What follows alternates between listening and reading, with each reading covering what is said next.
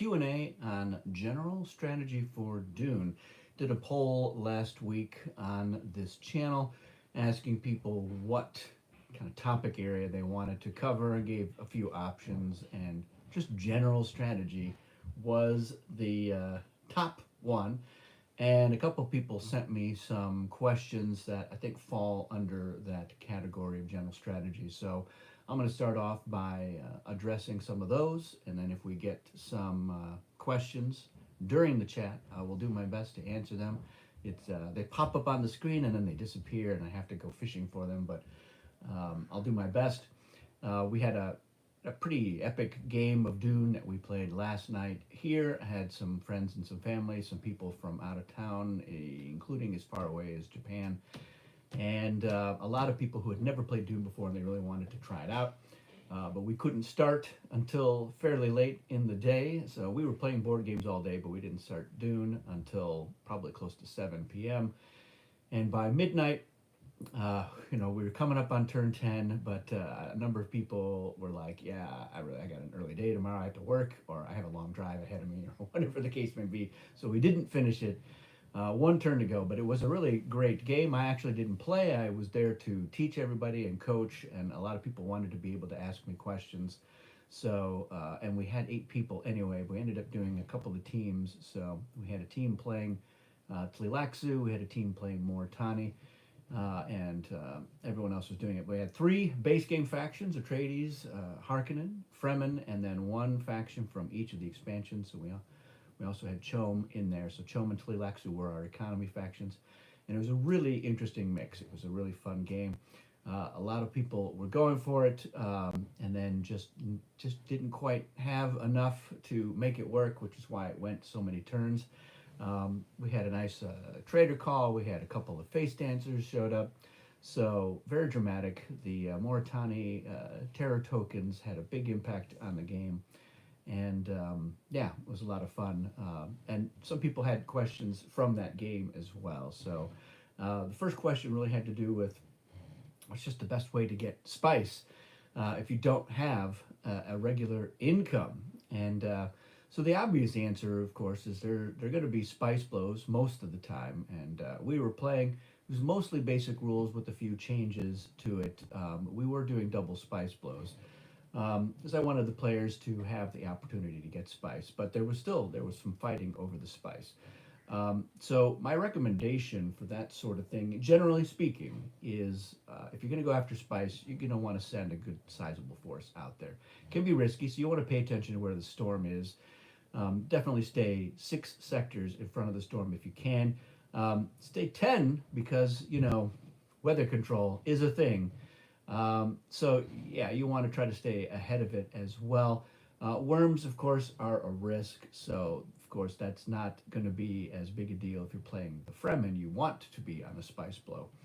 But if you're just sending 3 or 4 forces to a spice blow, you're really not signaling that you're very confident about it. If you're just sending just enough forces to collect the spice there, you're not accounting for your losses in case there's a battle.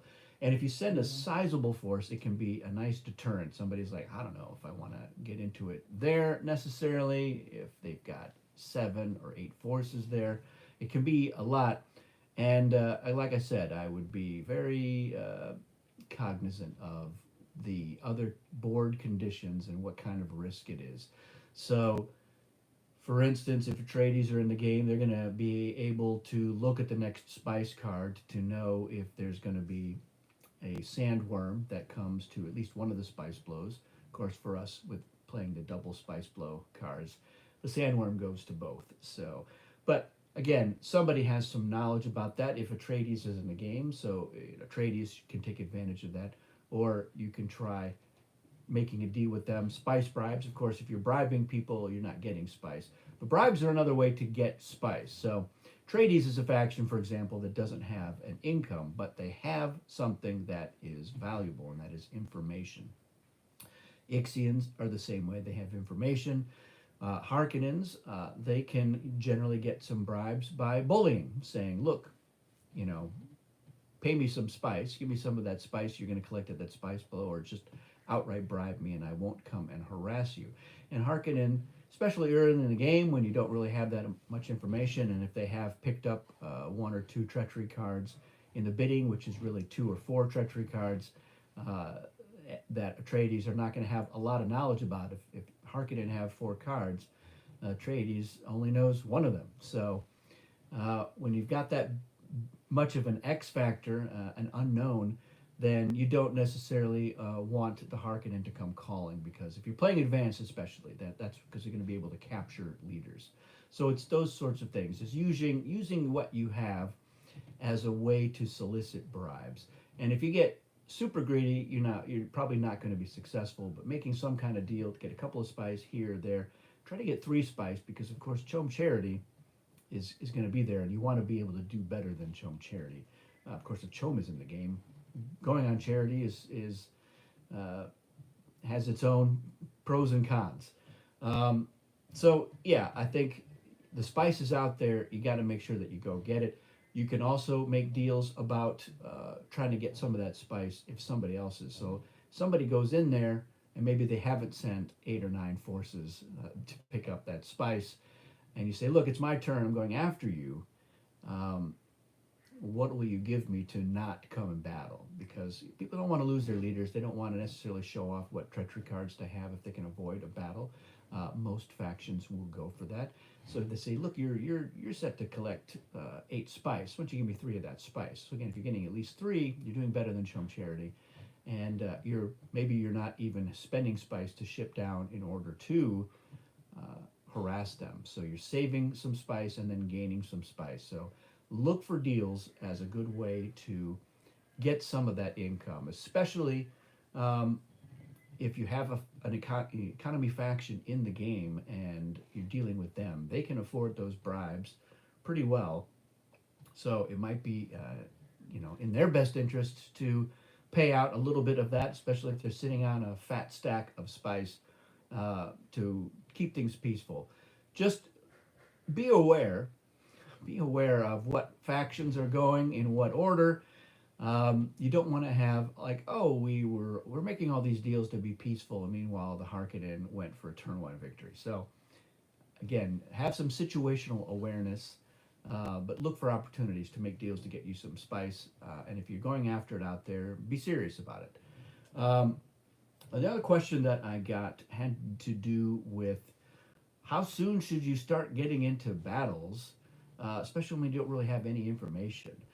You've just had the first bidding phase, and probably 6 cards were sold, and there might be 1 or 2 factions that have picked up 1 or even 2 cards. Sometimes somebody's getting more than 2 cards, and everyone starts with at least 1 card. So there's a lot of unknowns there, and it is risky to be the first one to go get into a battle with somebody. Um, so there's a couple of approaches that I use. Um, One of them has to do with what cards I do have. So if I've got worthless cards or cheap heroes, well, you got to get rid of those cards. You don't want them in your hand, taking up space, and you need to get rid of them in order to have the ability to buy better cards later on. So getting into a battle is often the only way that you can get rid of those cards. So you're going to look at what of your low strength leaders, and or if you've got a cheap hero, great, get into a battle so that you can shed some of those cards. Maybe you send just a small force. Maybe you make a deal. So that's the other thing, is if you're worried about losing a leader, you might say, look, let's stronghold block. We'll make a deal. I need to get rid of some worthless cards anyway. Let's just, as part of the deal, we're not going to kill each other's leaders. So nobody has to necessarily give away any of their weapon defense information. Part of the deal, of course, also is that you're not going to call traitor if I play a traitor card, and if you are the Tlilaxu, you're not going to call face dancer on this, whatever. If you're throwing the battle and I win with a face dancer, that sort of defeats the purpose of the deal. So that, you should certainly be explicit about that. We've got an understanding when I play Dune with people that I've known for a while. We know it's thrown battle. We understand. We don't have to break out a lawyer and a contract. We understand what that means. No shenanigans. Um, you might be thinking about getting into a battle. If you have a trader in your hand, it could be a little bit of an insurance policy. A lot of times, though, you want to hold on to that trader until you really need it. You want to get out there early. One of the things I like to do is get into some battles, and I do risk one of my stronger leaders to find out if they are a trader, because a lot of times the other players can't resist revealing that fact. And I would rather know that Fade or Stilgar is a trader earlier in the game than later. Um, but losing your strongest leader early in the game presents its own problems. So that's going to depend on a lot of other things. If I've got the Tleilaxu Gola card, then I'm very reckless with my strongest leader. If the Tleilaxu themselves are in the game, I'm also pretty reckless because I feel like I can probably make a deal to get that leader out sooner than having to lose all of my leaders. Um, certain things you're going to want to pay attention to, like I mentioned earlier with Harkonnen being in the game. If you're playing advanced, you don't want to get into any exploratory battles with them. You want to wait until you have a good chance of winning a battle against Harkonnen before you pick that fight, because they may kill your leader and then take another one of your leaders. So you don't want that to happen. So yeah, when do you go after it? Remember that if you have information factions, so that's the Ixians and the Atreides, it sometimes is worth trying to give them one or two spice for some information. You want to know, does anyone have a snooper out there, or does anyone have a projectile weapon when you have a shield or you have a snooper, so that you can at least protect your leader. You may lose the battle, you may lose that card, but you don't necessarily want to lose your leader as well. The leaders, everyone's like, oh, 5 leaders, what's the big deal? Like, they're expendable. If the game ends within 3 or 4 turns, then sure. But if it's going to go longer than 4, 5, or 6 turns, you want to make sure that you've got leaders for that end move. Because remember, if you don't have enough leaders for all of the battles you're going to get into, you're going to find yourself in a situation where you cannot play any of those great treachery cards that you have been saving up the whole game to buy. So make sure that you have enough leaders. Now, Cheap Hero will count that, but they're not adding anything to the battle. They're just letting you play treachery cards, battle weapons and defenses, which may be just enough if you've got the forces to dial for the win. But it's better to have some strong leaders, or at least, leaders with battle value to it. And then the other question that I got was about odd player counts and what to do if you are the odd player out fighting it against alliances. How can you really win in that game when you've got two player alliances? They're both going after 4 strongholds, and there you are by yourself trying to get into 3. It can be a little overwhelming. Now, one of the things that we added in the 3rd expansion, the ECAS More Tiny expansion, are the Nexus cards, which are great for this very kind of situation, because the only players who can draw Nexus card are the players who are not in an alliance when other players are in an alliance. So that is going to help. Otherwise, what you're trying to do is mostly bide your time. You need to strike when the moment is right. But in the meantime, you need to help prevent the other factions from winning. And you should be trying to encourage them to do some of the stronghold blocking. But a lot of times what will happen is, the 2 alliances are both going for the win. So you're hoping that one alliance will win 1 or 2 of the battles and the other alliance will win the other 2. And that's not great, because you don't really have a lot of agency in there. So you are going to have to sometimes mix it up. But maybe it's just a matter of, I'm sending in 1 force in order to block a stronghold, or if you're able to pull off I'm landing in Carthage with 2 forces and I'm moving 1 to another stronghold. I'm obviously not going for the win with that kind of a strategy, but I am preventing the win and trying to keep my losses to a minimum. You are potentially putting your leaders at strength, and you may have to give up some information about your cards that you don't want to if you want to protect your leaders. But then you're probably losing those cards. So that's a very risky proposition. It's best if you can make deals, and you can say, all right, I'm coming in here. Let's make a deal. We can prevent this alliance from getting into that stronghold. And you're usually making that deal with the weaker of the 2 alliances, because the stronger alliance, they're interested in winning more than they are in making deals to keep the other alliance from winning. So gauge the situation, gauge the other players involved, make your best case. You may have to be the one who's making the bribes to make these deals, but again, take into account, can you afford it? If you can, absolutely sweeten the pot with like, we'll block the stronghold and I'll give you 3 spice, something along those lines. So it's certainly not ideal for you to be empowering your enemies. But like I said, you're biding your time. You want to make sure that you have gotten the right hand of cards. So you may not have that right away. It may take you a couple of turns to get the right weapons, the right defenses, and to get the information that you need. So you're like, all right, I've seen that this particular faction has a snooper. They keep playing that snooper. Maybe that's the only defense they have. But if you've got a projectile weapon, at least you know you've got a fighting chance against them. The other thing about biding your time is if the other factions are going for it and they're not winning, they're going to be taking losses. And so as the tanks are getting full, if you can manage to be, if you're the odd faction out, manage to be the one that has the fewest forces in the tanks, you may be able to set yourself up to win, not necessarily through attrition, but by being able to outdial. So you're like, all right, I don't know that I can kill your leader. I don't know that I can protect my leader. That may be a flip of the coin, depending on what cards each of those players in the battle has. But if you can outnumber them, and if in advance you can outdial them by having enough spice to count at full strength, then you can usually predictably win enough battles in order to get through it.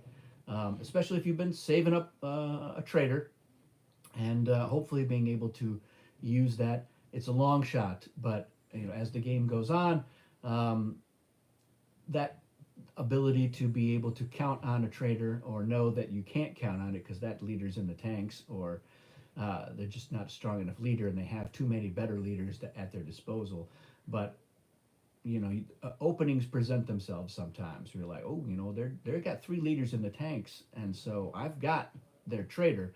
Maybe I try to see if I can get into 2 battles with them because one of them is a guaranteed win. And if you can win that battle first, they're going to lose their treachery cards, which makes that second battle even better. So that's the that's the best advice I can get you on that one.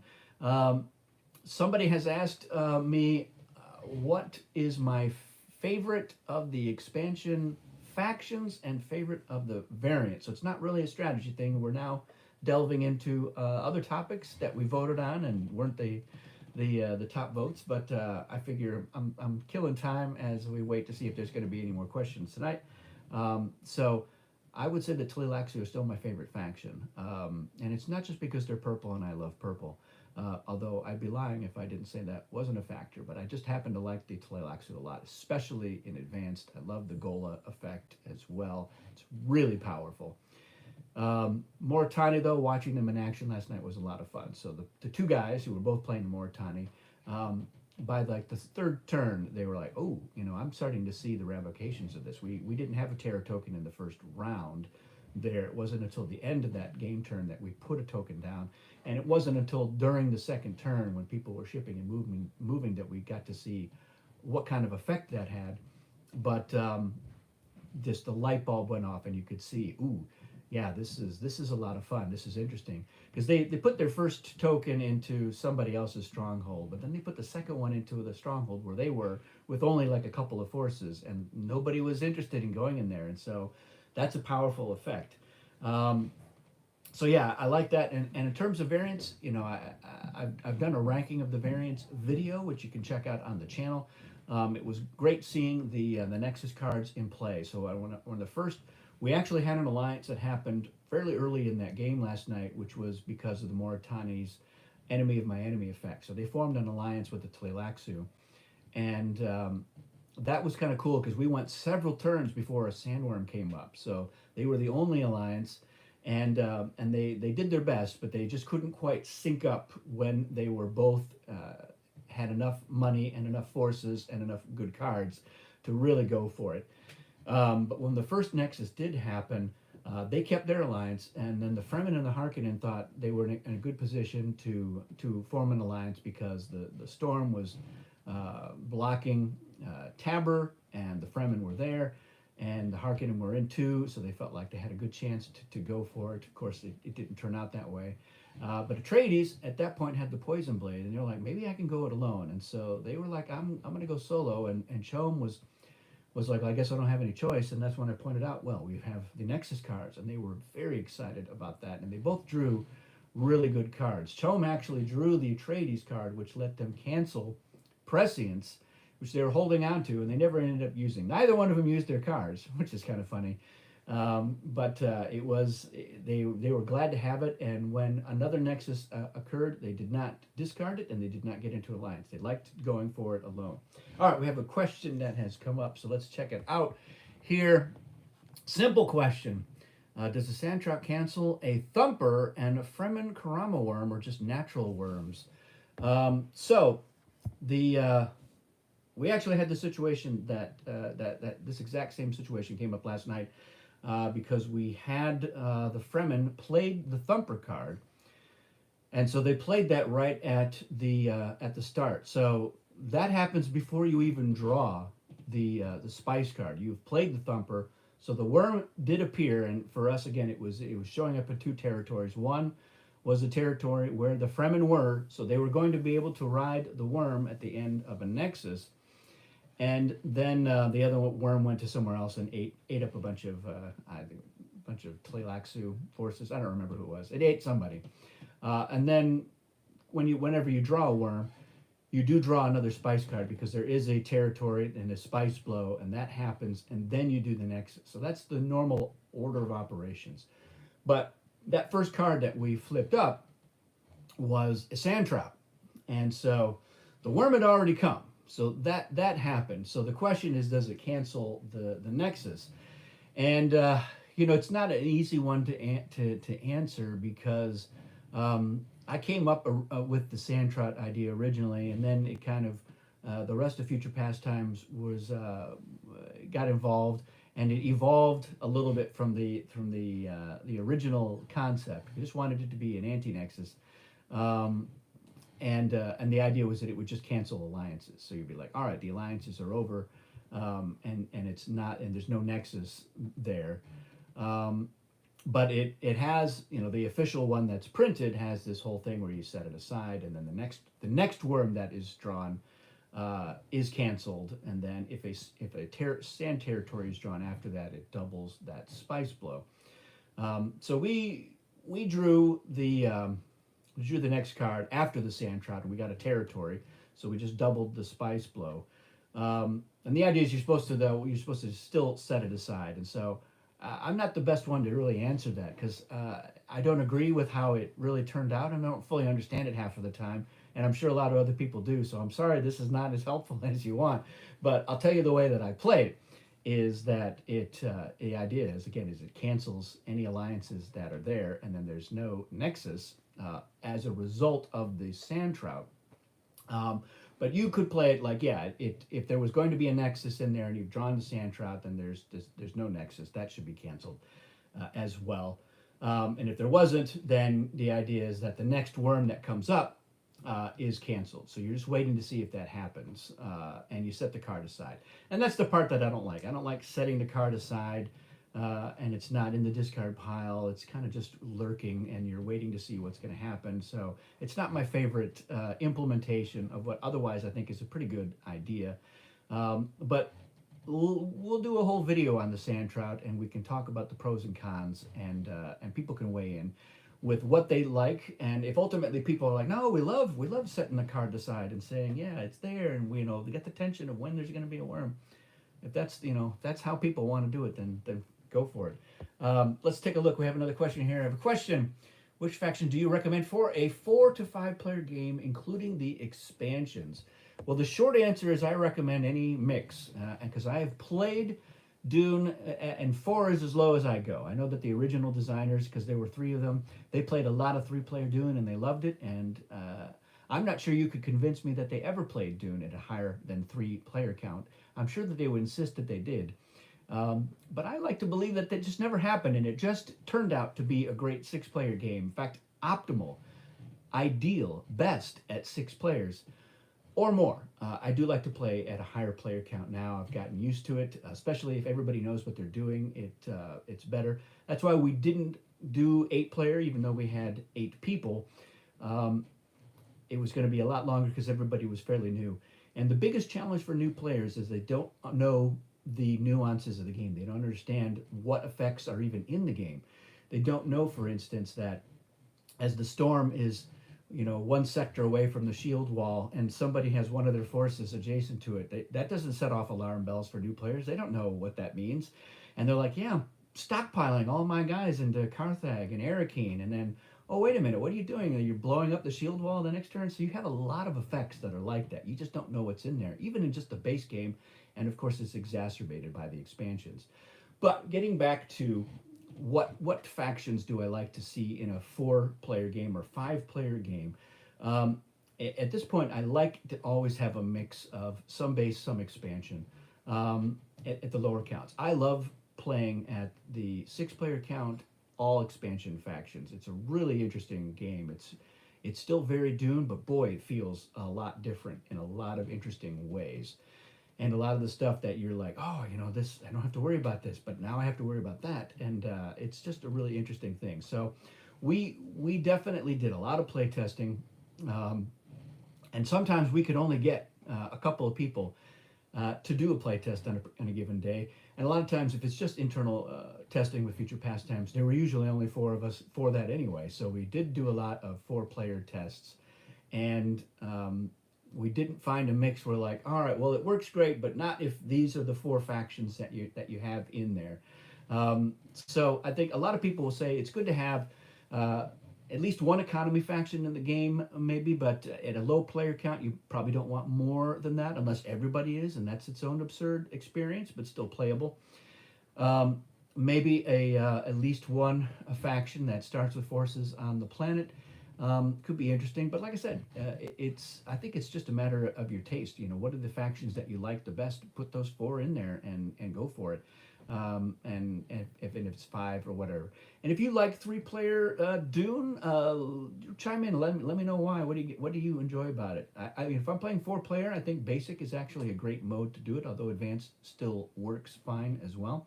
So I think that's the real good news, is that Dune is robust and hardy enough that you can mix and match any of the factions, and really any of the variants as well. I think we played quite a few 4 player games with the leader skills, because we were just like, I want to try out all these leader skills as much as possible, and sometimes we could only get 4 people who wanted to do it. And our playtesting pool has fluctuated. We can, in fact, look at all of the NDAs, and I'm like, wow, there's like 50 people, but when we look at the sign-up sheet, there's usually only about 5 or 6 people who are paying any attention in any given week, which is why I'm always like, if you want to be a playtester, if you've got the time and the attention span and understand Tabletop Simulator, keep joining us for playtesting. We playtest stuff that might be published one day. We playtest a lot of stuff that might not be, some that will definitely never be, but we still like to do it. And we like to do experimental stuff as well. So if that's your cup of tea, of course, get in touch with us and sign the NDA. Let's take a look and see. We have, when I have a 4 player game, we are scared to put in any of the expansions in case of the imbalance. So here's the great thing about Dune. It's all imbalanced. It's perfectly imbalanced. The asymmetrical nature, it's intrinsically not balanced, and so the balance happens because nature abhors imbalance. That's not even true. Nature is completely imbalanced all the time. But what happens is the players, they help to balance it out. So I think, go for it. You can really truly mix in any mix of the factions, expansion, all expansion, half expansion, all base with one expansion. Any of those is going to be fine, especially if the players know what they're doing. But even if they don't, like certain factions, I think are not ideal for a brand new player. Ixians, there's going to be some information overload. And then even if you're playing basic, you've got the subboys with the half dial, and it can be a lot. It can be a lot for a new player to try to wrap their head around. So that's definitely, I would say, an advanced faction to play with. Rich S, same thing. This is a faction that starts off relatively poor and weak, and you have to really uh, game the table to leverage riches effectively. So there's no obvious like, oh, just do this and you'll do great as riches. That is not the way that faction was designed to be, and it is not how they are. You have to really be more of an advanced player and have an understanding of the nuances of the game to leverage riches well, because you have to also be able to read the other players at the table, whether you know these people or not. So, but Tlilaxu is pretty easy to play. Chom is pretty easy to play, and the two new factions, Mortan and Ekaz, are both easy, pretty easy for new players. Ekaz maybe a little bit more, but it's just a matter of can you understand how the occupy advantage works. That's the most complicated thing. And despite the wrong example in the back of the rule book, if you can get past that, it's pretty easy to understand. It doesn't matter which one of them is fighting the battle. ECAS is adding their forces for free for half, and you're dialing the allies. So if the allies fighting it, the ally dials the allies' forces. If ECAS is fighting it, they're dialing the allies' forces. So that's how it works. It's a hard and fast rule. And the ambassadors are super easy. So give it a shot and let me know how it goes. I want to know if I'm right and if you thought, well, that didn't work. Here's a mix that was terrible. I don't believe that that's true. And any faction can have a bad game. I saw a game. It wasn't me, but the Bene Gesserit had the worst game I've ever seen.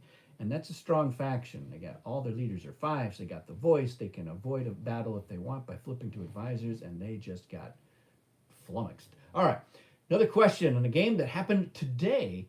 If the auditor is called as a traitor, can they still audit the other faction's hand? We decided that they can't, but I wasn't sure. Well, if you're strictly going by the way that the auditor is meant to work. So the way it works is if you're Chom and you lose the battle, all the things that happen from the battle. It doesn't matter if the auditor lives or dies. If you lose the battle, they get to audit. And that's what's happening with the traitor call. So the traitor call is creating the conditions that the person who has been betrayed loses the battle, and they lose their cards. They lose all their forces. They lose any of the spice that they were going to dial for it.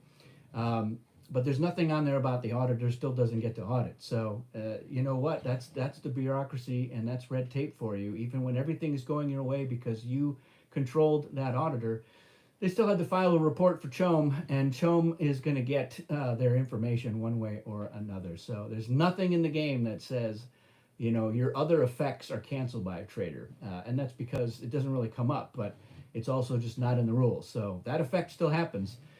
They should get to audit. You can still bribe to cancel the audit. It's a relatively low price to pay, but people are stingy about their spice. So I understand not wanting to give away that information, but that's what's great about the auditor. That is why it is the advanced advantage for Chom. It needs to have some impact and some kick. So despite traitor, they still get some information, or at least try to get some. All right. Yes, a taxman always wins. So somebody here's chime in. We only use the base game for the 4-player sessions. We bring Emperor, Spacing Guild, Fremen, Hark Atreides, and Fremen currently have a 100% win rate. Well, if that's the case, you need to kick them the hell out and get an expansion faction in there and see how they do. Maybe it's the other factions who are just not pulling their weight, or maybe the Fremen are just really powerful in a low player count game. And I would say that's definitely a likely scenario. Fremen like to have fewer other factions to contend with. The board is still the same size. There's still the same number of strongholds. But you have fewer people going after the spice blows, or fewer factions that are trying to decide whether it's going to be stronghold or spice blow in that particular situation. And it's interesting because, with the other version of Dune, Dune Conquest, or Movie Dune, or Dune, a game of conquest and no diplomacy, as some people like to call it, that uses essentially the same map. It's the same territories with some very minor tweaks to them, but it currently maxes out at 4 players. So, and it plays at 2 and 3. Now at 2, you are purposefully covering up one of the strongholds. So at a 2-player, you definitely want to reduce it from 5 to 4. But we play a lot of Dune Conquest with 3 and certainly with 4 as well.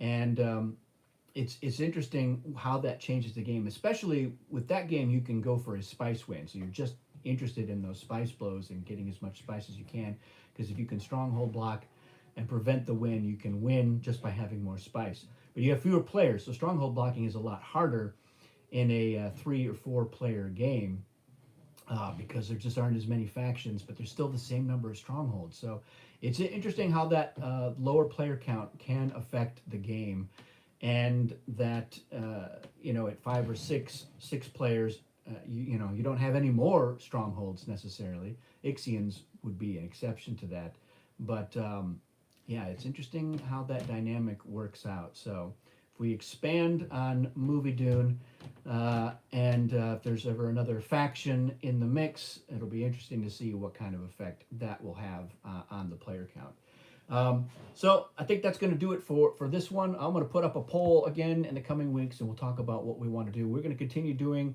our battle language strategy guide on the factions. Our next one will be Bene Gesserit. And I will post a thing in the community section that lets you know when that is going to take place. And we'll convene. I have one final question. We'll get in there from Nicholas. Which expansion would you recommend that newer players pick up first? And which 2 factions would you recommend to replace out of the base set? I'll be honest, I think you should pick up the newest expansion right now, because the new factions are very accessible. They're really interesting. But those variants, I think, are must-have at this point, especially the Nexus cards. I think the Discovery tokens, which we also used last night in our big game, add a lot of interest and interesting new low-impact elements to the game. And when you're ready to dial it up a little bit more, the homeworlds, I think, are very exciting and really interesting new twist to the game. So I would say do that, pick that one up. Any of the expansions are great. I like all of the new treachery cards. We get 3 new ones in the 3rd expansion, but we get 14 new ones in the first one. And then you got 10 crazy ones that slowly get added with the second one. So that's it. But yes, I will post when we're going to talk about Bene Gesserit, and when we'll do another live chat and Q&A. And if there's stuff that you want to have a battle language episode about, whether it's live or not, post that in the comments. Let me know. And remember that if you join the Future Pastimes Discord, you can jump into the live chats as well, by jumping in and letting us know who you are and that you want to be in on some battle language so that you can chat live. And we'd love to have you. So thanks for watching, everybody, and we will see you again soon.